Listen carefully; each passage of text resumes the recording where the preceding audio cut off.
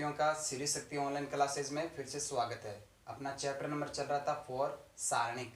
तो कल हमने पढ़े थे कि सारणिकों के गुणधर्म क्या होते हैं। तो 5 गुणधर्म हमने कल पढ़ लिए थे। आज हम चलते हैं छठे गुणधर्म की तरफ। तो गुणधर्म नंबर 6, गुणधर्म 6 क्या है देख लीजिए। सारणिक की किसी पंक्ति या स्तंभ को, सारणी की किसी पंक्ति या स्तंभ लिख दीजिए के लिख दीजिए सारणी किसी पंक्ति या स्तंभ के प्रत्येक अवयव में किसी अन्य पंक्ति या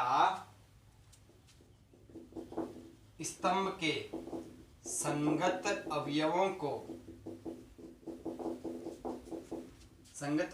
को किसी अचर, मान लीजिए अचर क्या है के, किसी अचर के से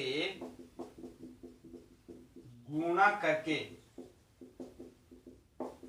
जोड़ने या घटाने पर सारणी के मान में कोई परिवर्तन नहीं होता है। अब कैसे देखिए, मान लीजिए ये आपका सारणिक है A1 B1 C1, A2 B2 C2, A3 B3 C3। अब क्या कह रहा है प्रश्न, क्या भाई सारणी की आप कोई भी पंक्ति लीजिए या कोई भी स्तंभ लीजिए, इसके संगत अवयवों को किसी अन्य पंक्ति या स्तंभ के अवयवों को किसी अचर से गुणा करके जोड़ने या घटाने पर सारणी के मान में कोई परिवर्तन नहीं होता है। यानी हम करते हैं कि आप देखिए, मान लीजिए आपका नया सारणिक है।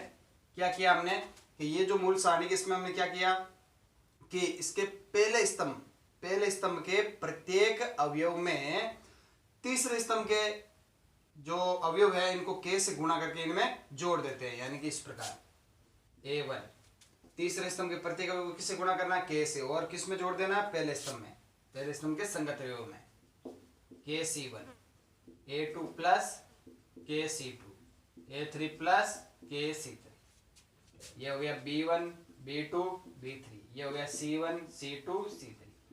तो प्रश्न क्या कह रहा है कि ऐसा करने पर सारणी के मान में कोई परिवर्तन नहीं होता। यानी कि जो सारणी का मान ये है इसका भी यही मान होगा। कैसे, अब देख लीजिए।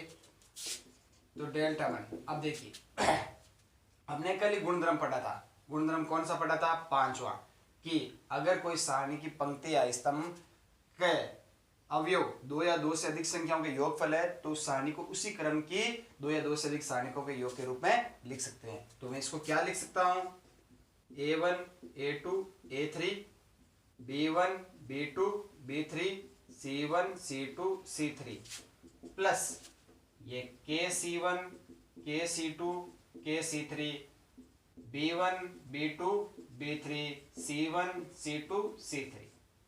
कौन सा गुणधर्म हमने यहाँ पे काम में लिया, 5वां गुणधर्म। आगे बात समझ में, तो ये कैसे लिखेंगे, गुणधर्म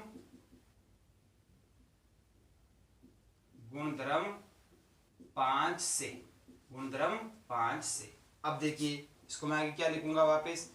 अब ये तो आपको पता है ये वाली सारणी कौन सी है, ये रही सारणी। तो इसको तो मैं लिख देता हूं, ये सारणी आ गई। अब देखिए गुणधर्म 4 भी हमने पढ़ा था कि सारणी की पंक्ति या स्तंभ को किसी अचर के से गुणा करते हैं तो जो सारणी का उसका मान मूल सारणी का क्या हो जाता है, के गुना हो जाता है। यानी कि यहां से मैं क्या ले सकता हूँ, के बार ले सकता हूँ, और ये बन गई आपकी सारणी C1 C2 C3 B1 B2 B3 और C1 C2 C3। ये कौन से गुणधर्म से, गुणधर्म 4 से, गुणधर्म 4 से। अब देखिए हमने एक गुणधर्म और पढ़ा था, गुणधर्म 3। तीसरा गुणधर्म क्या कहता है कि सारणी में अगर कोई 2 पंक्तियां या 2 स्तंभ समान है तो सारणी का मान क्या होता है, 0 होता है। तो यहाँ पे देख लीजिए ये सारणी में क्या हो रही है, 2 स्तंभ क्या है, समान, पहला और तीसरा स्तंभ क्या है, समान है। तो सारणी का जो मान होगा वो क्या होगा, 0 होगा। तो k × 0 कौन सा गुणधर्म, गुणधर्म 3 से, गुणधर्म 3 से। तो यहाँ से आपका डेल्टा 1 क्या आएगा, डेल्टा। तो इसका मतलब क्या हो गया कि सारणी की किसी पंक्ति या स्तंभ के प्रत्येक अवयव में अन्य पंक्ति या स्तंभ के संगत एवं किसी अचर से गुणा करके जोड़ने या घटाने पर सारणी के मान में कोई भी अंतर नहीं आता, यानी कोई परिवर्तन नहीं आता है। अगली बात सुनो, तो ये जो सारणिक है वही क्या है, ये सारणी। देखिए इस डेल्टा 1 सारणी का मान क्या है, वापिस डेल्टा ही है, जो कि आपकी ये मूल सारणी थी। तो ये है आपका गुणधर्म नंबर 6। तो अगला गुणधर्म देख लेते हैं। गुणधर्म नंबर 7 क्या है,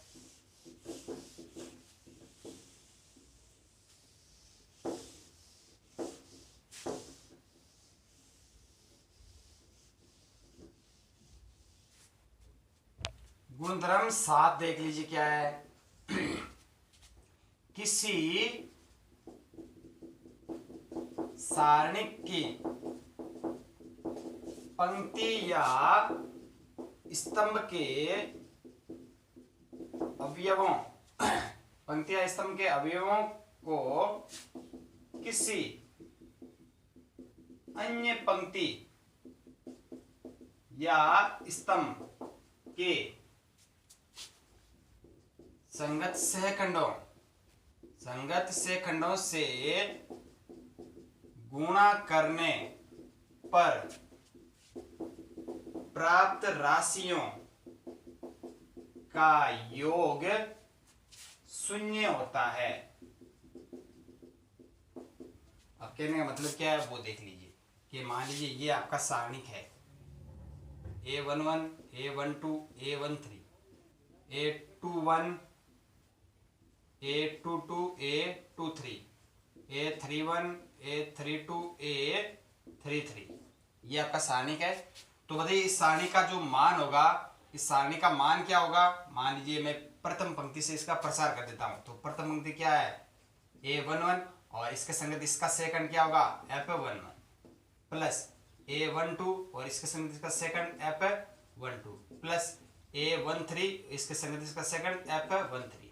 अब ये जो गुणधर्म है वो क्या कह रहा है, अगर आप किसी पंक्ति का अन्य पंक्ति के सेकंडों से आप क्या करते हो, गुणा करवाते हो, यानी किसी पंक्ति के अवयवों का अन्य दूसरी पंक्ति के सेकंडों से गुणा करवाते हो, तो प्राप्त राशियों का जो योग होता है वो क्या होता है, शून्य होता है। यानी कहने का मतलब ये है कि यदि आप A11 का F21 यानी कि दूसरी पंक्ति, हम यहाँ पे क्या कर रहे थे, सारणी का मान क्या है कि A11, तो इसी अवयव का क्या करना है, सेकंड से गुणा करवाना है। A11 के साथ इसी अवयव के सेकंड का गुणा करवाना। हम क्या कर रहे हैं, A11 के साथ में इस दूसरी वाली पंक्ति के सेकंड का क्या करवा रहे हैं, गुणा कर रहे हैं। तो F21 प्लस A12 के संगत किससे गुणा करवा रहे हैं, F22 प्लस A13 के संगत F23।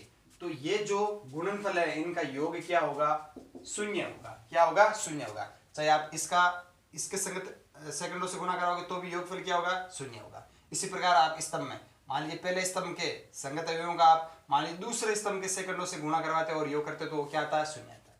अब कैसे वो देख लीजिए। यहां से आपने सारणी का मान क्या आया, ये होता है सारणी का मान। अब हम क्या करते हैं कि इन अवयवों को इससे परिवर्तित करते हैं दूसरी पंक्ति से, यानी कि प्रथम पंक्ति के जो सभी अवयव है उनको हम दूसरी पंक्ति के अवयवों से क्या कर देते हैं, प्रतिस्थापित कर देते हैं। यानी कि ये जो पहली पंक्ति है इसके अवयव भी किसके बराबर रख देते हैं, दूसरी पंक्ति के संगत। तो देखिए A21, A22, A23 रख दिया। अब देखिए अब यहां से देखना हमने क्या परिवर्तन किया, यानी कि पहली पंक्ति की जगह दूसरी पंक्ति के अवयव रख दिए और दूसरी पंक्ति में जो है वही रखे। तो अब यहां से देखना सारणी का मान क्या आएगा।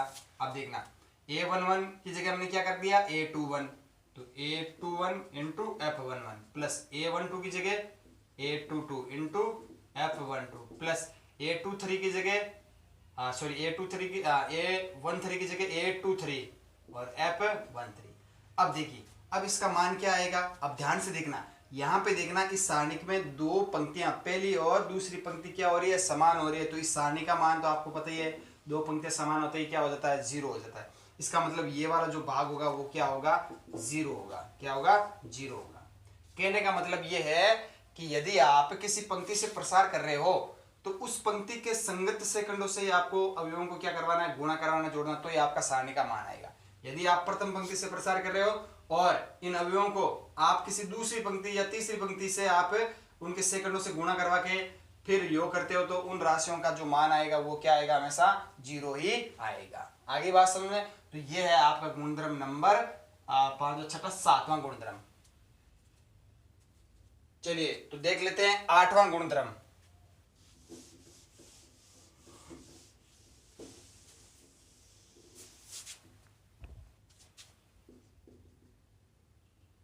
आठवां गुणधर्म क्या है वो देख लीजिए। यदि किसी सारणिक की पंक्ति या स्तंभ के सभी अवयव शून्य है तो सारणिक का मान क्या होता है, शून्य होता है। वेरी सिंपल कह रहा है कि अगर कोई सारणिक है, उसकी कोई भी पंक्ति या स्तंभ के अवयव अगर सारे अवयव शून्य है तो सारणिक का मान भी क्या होगा, शून्य होगा। कैसे देख लीजिए। मान लीजिए ये सारणिक है ABCXYZ, क्या है ये सारणिक है, इसकी प्रथम पंक्ति के सभी अवयव क्या है, शून्य है। तो कह रहा है कि सारणी का मान भी क्या होगा, शून्य होगा। अब कैसे देख लीजिए ये सारणी। चलिए अब क्या करते हैं, हम सारणी का प्रथम पंक्ति से प्रसार कर देते हैं। तो 0 इंटू इस अवयव का अब क्या निकालना, सेकंड। मान लीजिए वो क्या होगा F11 प्लस दूसरा अवयव 0 और इसका सेकंड F12, तीसरा अवयव 0, इसका सेकंड F13। अब देख लीजिए, अब इन सेकंडों का मान कुछ भी आए क्या फर्क पड़ता है, 0 से गुणा होकर क्या हो जाएगा, 0 हो जाएगा। यहां पर भी 0 हो जाएगा, यहां पर भी 0 हो जाएगा। तो 0 इंटू कुछ भी आएगा तो भी 0, 0 प्लस 0 प्लस 0, तो सारणी का मान क्या आ जाएगा, 0। तो बहुत सिंपल है। अगर कोई सारणिक है, उसका कोई भी पंक्ति या स्तंभ अगर उसके सभी अवयव शून्य हैं तो सारणी का मान भी क्या होगा, शून्य होगा। तो यह है आपका गुणधर्म नंबर 8। चलिए अगला गुणधर्म देख लेते हैं, गुणधर्म नंबर 9।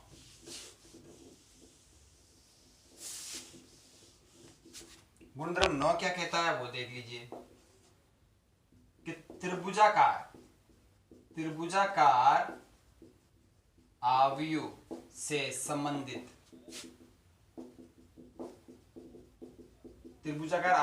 सारणी का मान उसके मुख्य विकिरण के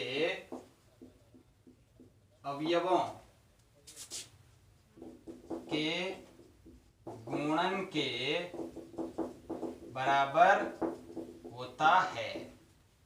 कैसे, मान लीजिए ये कोई सारणिक है आपकी A B0C, देख लीजिए ये 2 क्रम का सारणिक है। ये कौन सा है, ऊपरी त्रिभुजाकार सारणिक। अब देखिए इसका मान कह रहा कि विकिरणों के गुणन के बराबर होगा, यानी A इंटू सी होगा। देख लीजिए कैसे, इस सारणी का मान कैसे निकालोगे आप, A into C minus 0 into B. तो 0 इंटू बी क्या हो गया, 0, क्या आ गया AC। आगे बात में, अगर 3 क्रम का है, मान लीजिए ये सारणी का आपका A B C 0, इसको ऐसे ले लीजिए, X Y B Z 0 0 C। ये देखिए ये भी ऊपरी त्रिभुजाकार सारणिक है। तो यहाँ इस सारणी का मान क्या होगा, अब देखिए हम क्या कर रहे हैं, प्रथम स्तंभ से प्रसार कर दीजिए। तो A इंटू इसका जो सेकंड है वो क्या होगा, B Z 0 C। आगे बात सुन, अब देखिए प्लस सॉरी यहाँ पे क्या आएगा, फिर ये दूसरी पंक्ति और पहला स्तंभ है तो माइनस आएगा 0, और इसका करेंगे तो क्या आएगा X Y 0 C प्लस 0, ये वाला तीसरा अवयव स्तंभ का क्या आ जाएगा, X Y B Z।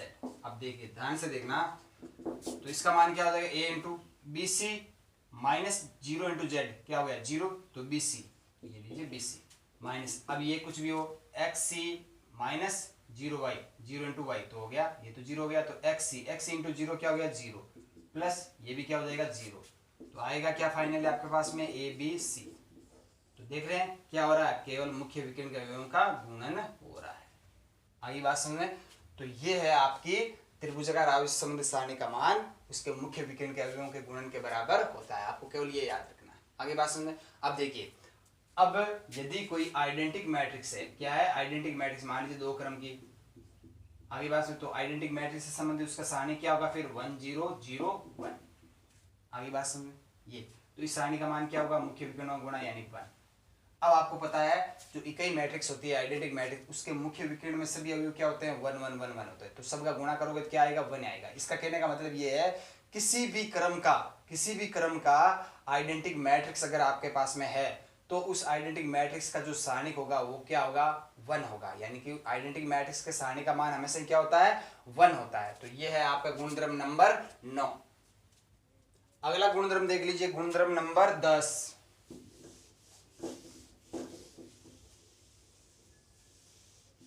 गुणधर्म 10 क्या है वो देख लीजिए। गुणधर्म 10, यदि किसी सारणिक में x के बहुपद है तथा x के स्थान पर a रखने पर सारणिक का मान 0 हो तो x माइनस a सारणिक के मान का एक गुणनखंड होगा।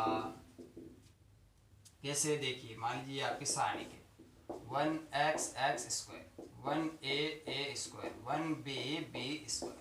अब देखिए इस सारणी में x के बहुपद है, ये देखिए x x स्क्वायर, ये क्या x के बहुपद है। अब ध्यान से देखना, ये कह रहा है कि x के स्थान पर a रखने पर, तो यहाँ पे देखिए हम अगर x के स्थान पर a रखेंगे तो पहली पंक्ति क्या हो जाएगी, 1a a स्क्वायर, दूसरी पंक्ति क्या है, 1a a स्क्वायर। इसका मतलब क्या हो गया, दो पंक्तियां समान हो गई तो सारणी का मान क्या होगा, 0 होगा। अगर हम x के स्थान पर b भी रखेंगे तो भी 1b b स्क्वायर और तीसरी पंक्ति 1b b स्क्वायर, इसका मतलब दो पंक्तियां क्या हो गई, समान हो गई, तो सारणी का मान क्या होगा, 0 होगा। तो इसका मतलब क्या होगा कि x माइनस a और x माइनस b सारणी के मान के क्या होंगे, गुणनखंड होंगे। अब देखिए यहाँ x बराबर a तथा x बराबर b रखने पर सारणिक का मान 0 है, अतः x minus a x minus b सारणिक के मान के गुणनखंड होंगे।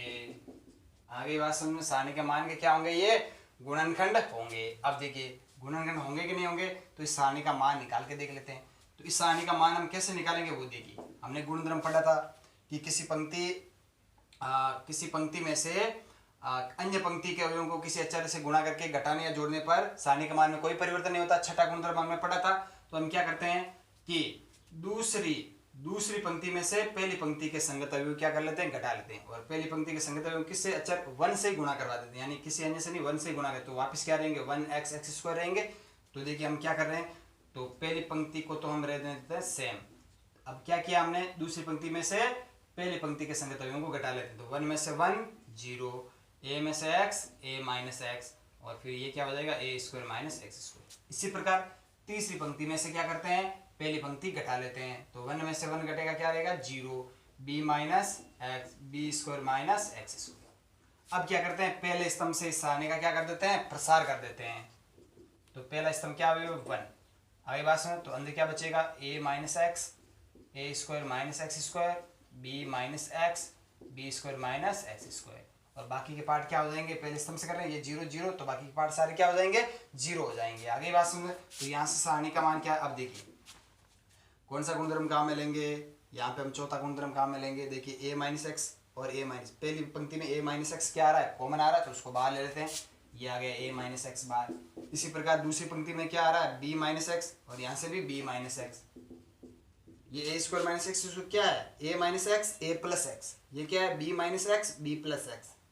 आगे बात सुन, तो अब अंदर क्या बचेगा, यहाँ पे बचेगा 1 और यहाँ पे बचेगा a प्लस एक्स, और यहाँ पे बचेगा 1 और यहाँ पे बचेगा b प्लस एक्स। तो यहाँ सारणी का मान क्या आ जाएगा, a minus x b minus x. अब b प्लस एक्स को 1 से गुणा करवा दिया, b प्लस एक्स, माइनस 1 को a प्लस एक्स से गुणा कराएंगे तो a प्लस एक्स, माइनस का a माइनस का x।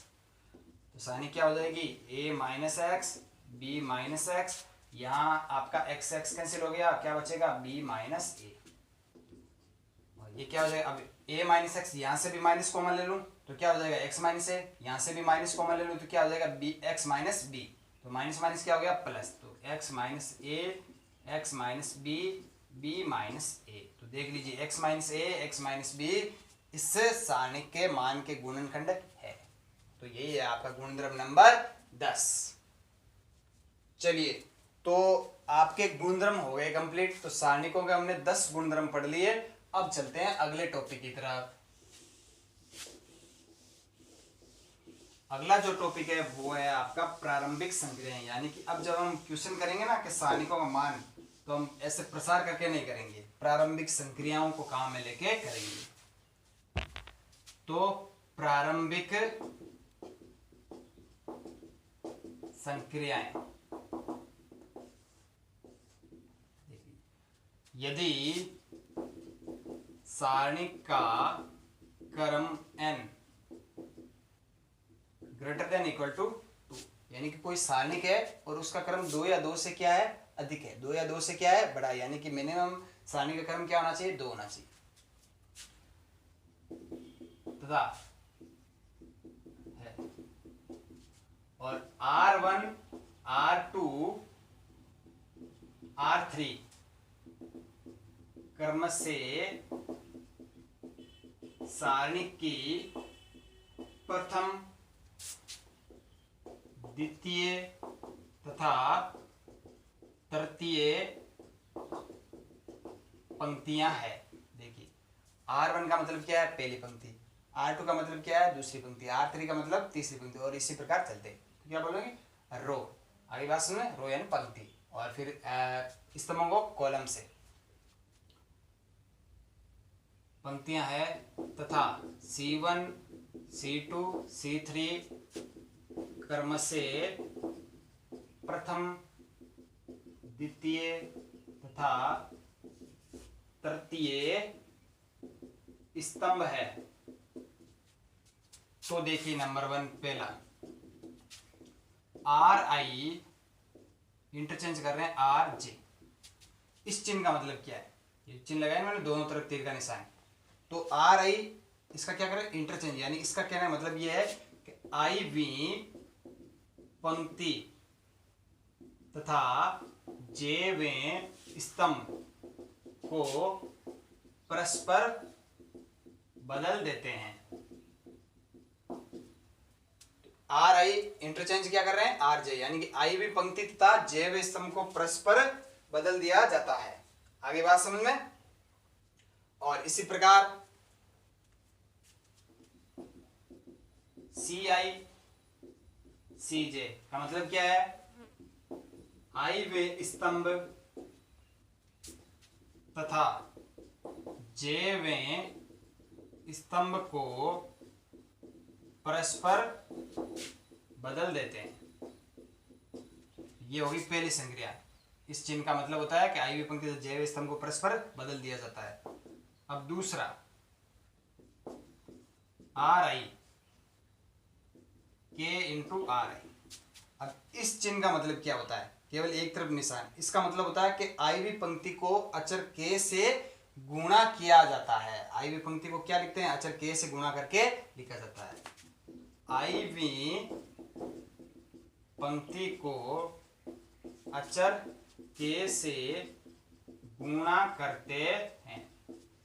और इसी प्रकार CI को लिख दिया मैंने K CI, यानी कि IV स्तंभ को अचर K से गुणा करते हैं। अब देखिए लास्ट देख लीजिए क्या है, RI बराबर RI प्लस KRJ। लास्ट में हमने क्या लिखा RI बराबर RI प्लस KRJ। इसका मतलब क्या है, इससे तात्पर्य है कि ये कौन सा गुणधर्म है, गुणधर्म नंबर आपका छठा, कि किसी भी पंक्ति या स्तंभ के अवयवों में अन्य पंक्ति या स्तंभ के अवयवों को अचर से गुणा करके जोड़ने पर सारणी के मान में कोई परिवर्तन नहीं होता है। वही चीज है ये। से तात्पर्य है कि आईवी पंक्ति के अवयवों में जेवी पंक्ति के अवयवों को अचर के से गुणा करके जोड़ने पर क्या किया हमने, आईवी पंक्ति के अवयवों में क्या किया हमने, जेवी पंक्ति के अवयवों को के से गुणा करके जोड़ने पर। आपका गुणधर्म नंबर 6 तथा सी आई बराबर सी आई प्लस के सी जे। इसका मतलब क्या हो गया, आईवे स्तंभ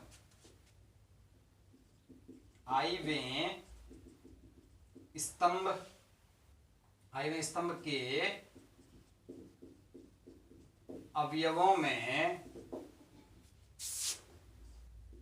जेवे स्तंभ के अवयवों को अचर के से गुणा करके जोड़ने पर। तो ये कुछ संक्रियाएं हैं जो कि हम आगे क्वेश्चन करेंगे तो वहां पे ये काम आएगी। चलिए, तो अगला टॉपिक क्या है अपना वो देख लीजिए। प्रारंभिक संक्रियाएं हो गई। अगला जो अपना टॉपिक है वो है दो सारणिकों का गुणनफल। देखिए,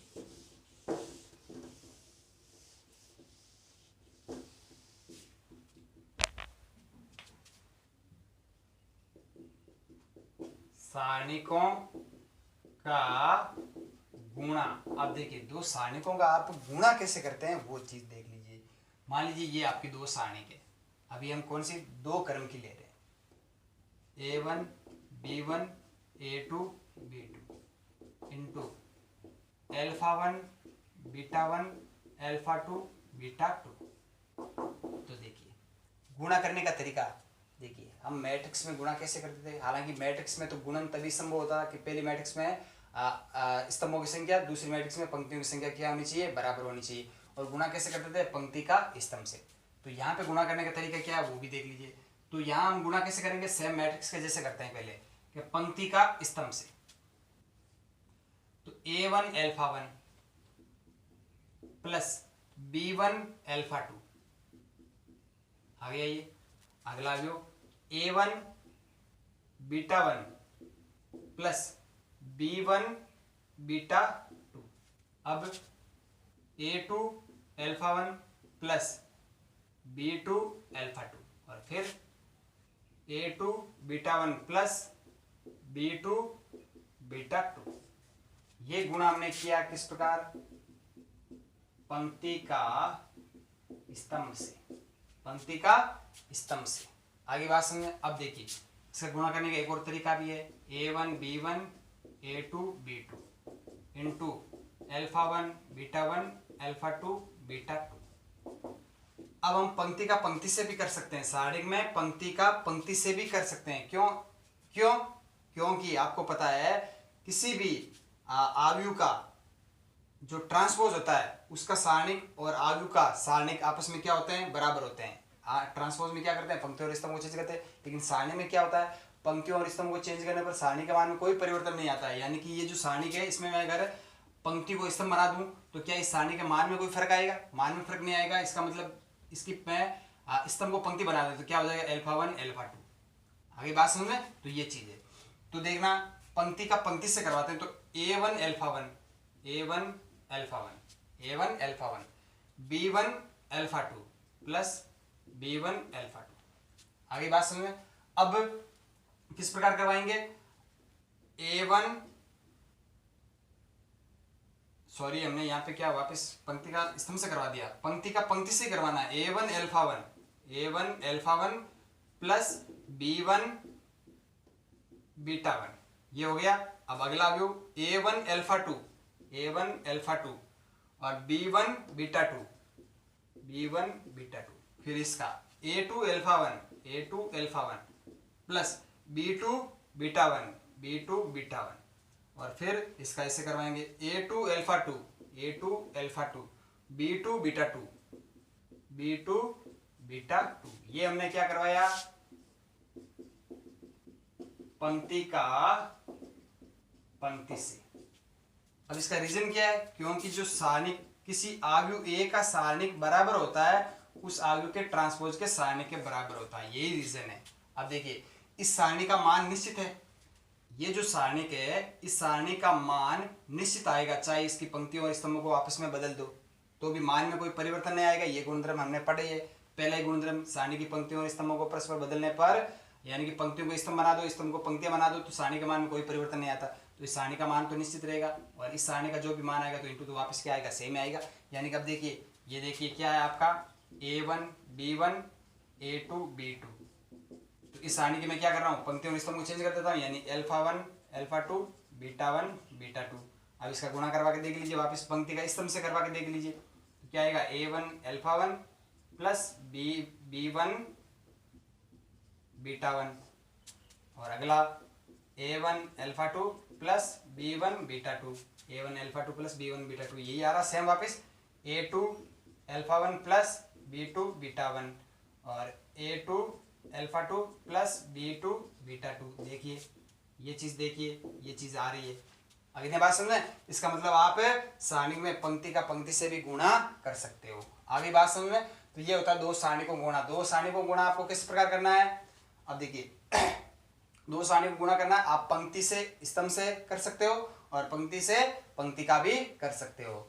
लेकिन मैट्रिक्स में जो हमने पढ़ा था उसमें क्या था, पहले तो देखना चाहिए गुणा पॉसिबल होगा कि नहीं होगा। यानी कि प्रथम मैट्रिक्स में स्तंभों की संख्या बराबर होनी चाहिए, दूसरी मैट्रिक्स में आपकी पंक्तियों की संख्या, और वहां पे गुणा कैसे होता था, पंक्ति का स्तंभ से ही होता था। लेकिन सारणिक में आप पंक्ति का पंक्ति से भी कर सकते हो, पंक्ति का स्तंभ से भी कर सकते हो। रीजन क्या है, क्योंकि किसी भी आयु का जो सारणिक होता है वो बराबर होता है उस आयु के ट्रांसपोज के सारणिक। आगे बात समझ में, तो ये रीजन है। तो ये होता है दो क्रम की सारणी का गुणा। अगर तीन क्रम का है तो कैसे करोगे, वही पंक्ति का आप स्तंभ से भी कर सकते हो और स्तंभ का पंक्ति का आप पंक्ति से भी कर सकते हो। मान लीजिए तीन क्रम का सारणी के, जैसे A1 B1 C1 A2 B2 C2 A3 B3 C3, इसका गुणा करवाना है। Alpha 1 beta 1 gamma 1, alpha 2 beta 2 gamma 2, alpha 3 beta 3 gamma 3। तरीका क्या है, आप चाहो तो पंक्ति का स्तंभ से भी कर सकते हो तो भी रिजल्ट वही आएगा, पंक्ति का आप पंक्ति से करोगे तो भी रिजल्ट वही आएगा। तो इसका A1 alpha 1 plus B1 alpha 2 plus C1 alpha 3। अब अगला A1 beta 1 plus B1 beta 2 plus C1 beta 3। अगला A1 gamma 1 plus B1 gamma 2 plus C1 gamma 3। ये आ गई आपकी पहली पंक्ति। अब अगला A2 alpha 1 plus B2 alpha 2 plus C2 alpha 3। अगला A2 beta 1 plus B2 beta 2 plus C2 beta 3। अगला A2 gamma 1 plus B2 gamma 2 plus C2 gamma 3। अब अगला क्या आ जाएगा, A3 alpha 1 plus B3 alpha 2 plus C3 alpha 3। फिर आगे A3 beta 1 plus B3 beta 2 plus C3 beta 3। फिर A3 gamma 1 plus B3 gamma 2 plus C3 gamma 3। तो ये आ गया आपका किससे, पंक्ति का स्तंभ से गुणा। तो ये तीन क्रम की सारणिकों का गुणा है। आप चाहे तो पंक्ति का पंक्ति से भी गुणा कर सकते हो, पंक्ति का पंक्ति से भी गुणा कर सकते हो, तो भी जो रिजल्ट आएगा वो क्या आएगा, सेम आएगा। इसका मतलब क्या है, सारणिकों में आप पंक्ति का पंक्ति से भी कर सकते हो, पंक्ति का स्तंभ से भी कर सकते हो। दोनों ही गुणा क्या होगा, संभव है और दोनों ही गुणा क्या आएंगे, सेम ही आएंगे। अब देखिए, अब मैट्रिक्स के अंदर हमने क्या कहा था कि दो मैट्रिक्स का जो गुणा तभी संभव होता है जब प्रथम मैट्रिक्स में स्तंभों की संख्या दूसरी मैट्रिक्स में पंक्तियों की संख्या के क्या होनी चाहिए, बराबर होनी चाहिए। लेकिन यहाँ पर अब सारणी का जो क्रम होता है वो हमेशा क्या होता है, वर्गाकार होता है। सारणी का जो क्रम होता है हमेशा वर्गाकार होता है। तो अगर दो भिन्न भिन्न क्रम की सारणी के तो भी उनका गुणा आप कर सकते हो। कैसे, देखिए मान लीजिए एक ये सारणी का आपकी 1 2 3 7 इसका आपको गुणा करवाना है 1 2 3 6 7 8 4 5 3। तो अब देखिए यहाँ पे दोनों भिन्न भिन्न क्रम की है सारणी। लेकिन अब देखिए इस वाली सारणी को मैं अगर ऐसे लिख दूं 1 0 0 0 0 1 2 3 7, यानी कि ये दो क्रम की सारणी की, इसको मैंने तीन क्रम का बना दिया। देखिए इस सारणी को और इस सारणी में क्या फर्क है, आप बता दीजिए। इस सारणी का मान भी वही आएगा जो इस सारणी का मान है, बराबर है। आगे बात समझ, तो इसका मतलब क्या है, ये दोनों सारणी क्या है, समान है। देखिए इस सारणी का आप प्रसार कर लीजिए पहली पंक्ति से, तो 1 इंटू वापिस ये सारणी क्या आ रही है, यही सारणी का आ रही है ना। तो इसका मतलब दो का क्रम मैंने चेंज करके क्या कर दिया, तीन का क्रम कर दिया, ताकि इसके बराबर हो गया। और इसका गुणा आप अब कर सकते हो 6 7 8 4 5 3। अब इसका गुणा कर सकते हो आप पंक्ति का स्तंभ से या पंक्ति का पंक्ति से, तो जो भी रिजल्ट आएगा वो आपका सामने। इसका मतलब है अगर दो सारणिकों का क्रम भिन्न भिन्न है तो भी उन दो सारणिकों का गुणनफल संभव है। और वो गुणनफल कैसे करना है, किसी एक सारणी को आपको दूसरी सारणी के क्रम का बराबर कर देना है। यानी कि इसका क्रम कम है, इसका क्रम 3 है, इसका क्रम 2 है, तो इस दो वाली सारणी को आप क्या कर देना, 3 क्रम बना देना है। तो ये होता है सारणिकों का गुणा। तो आज का जो अपना टॉपिक है वो कंप्लीट हो गया। अब बचे हैं 4.2 के केवल क्वेश्चन। तो कल के टॉपिक में हम इसके सारे के सारे क्वेश्चन कर लेंगे 4.2 के। तो अधिक से अधिक यूट्यूब चैनल को शेयर कीजिए, सब्सक्राइब कीजिए। कोई चीज़ समझ में नहीं आए तो कमेंट बॉक्स में जरूर लिखिएगा और यहाँ पे आपको इसका सॉल्यूशन मिलेगा। आज के लिए इतना ही, धन्यवाद।